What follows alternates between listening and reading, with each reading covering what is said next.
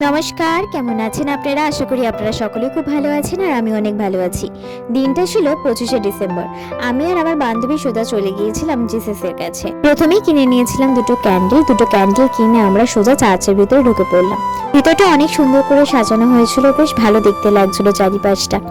আর মোটামুটি সেদিন ভিড়ও ছিল, কারণ সেদিন প্রভু যিশুর জন্মদিন, সকলেই এসেছিল আমাদের মতো। আমরাও সোজা ভিড় পরিক্রম করে চলে গেলাম যীশু খ্রিস্টের কাছে। সেখানে গিয়ে কিছুটা প্রার্থনা করলাম, নিজেদের মনের খুশি, আনন্দ, দুঃখ, কষ্ট সবকিছু ওনার কাছে শেয়ার করলাম। আর এটাও প্রার্থনা করলাম উনি যেন সবাইকে ভালো রাখেন। তারপর সোজা তাড়াতাড়ি বাড়ি চলে এলাম, কারণ আর কোথাও দাঁড়ায়নি। আমাদের বাড়িতে এসে একটা ছোট্টখাটো প্ল্যান ছিল, তাই সোজা ট্রেন ধরে চলে এলাম বাড়িতে এসে সোজা চলে এসেছি ছাদে এসে আমরা শুরু করে দিই আমাদের প্ল্যানটাকে। আমাদের একটা প্ল্যান ছিল যে আমরা মশলা মুড়ি মাখবো সেই দিন, যেই কারণে আমরা সবকিছু জিনিসপত্র নিয়ে ছাদে চলে আসি। ছাদটা ছিল পুরোপুরি অন্ধকার, যে কারণে প্রথমে মোমবাতিটা জ্বেলে নিয়েছিলাম আর তারপর সব জিনিসপত্রগুলো বাইরে বার করে কাটতে শুরু করি। প্রথমে কেটে নিয়েছিলাম পেঁয়াজ, তারপর টমেটো, ধনে পাতা, আলু সেদ্ধ সবকিছু কেটে নিয়েছিলাম।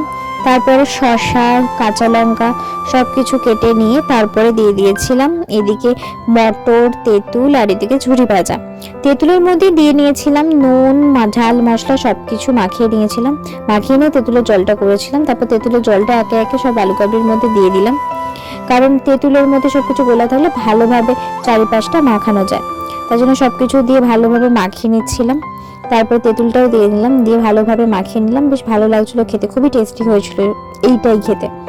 তারপর কি করা যাবে, আমাদের তো মুড়ি প্ল্যান হয়েছে, এগুলোটা শুধু তো খাওয়া যাবে না। তারপরে দিয়ে দিলাম মুড়ি, তার মধ্যে দিয়ে দিলাম তেঁতুল আর একটু সর্ষের তেল, সবকিছু দিয়ে ভালোভাবে মাখিয়ে নিলাম। বেশ স্বাদ হয়েছিল খেতে। তো আজকের মতো ভিডিওটি এই পর্যন্ত, পরের ভিডিওতে আবার দেখবো। টাটা।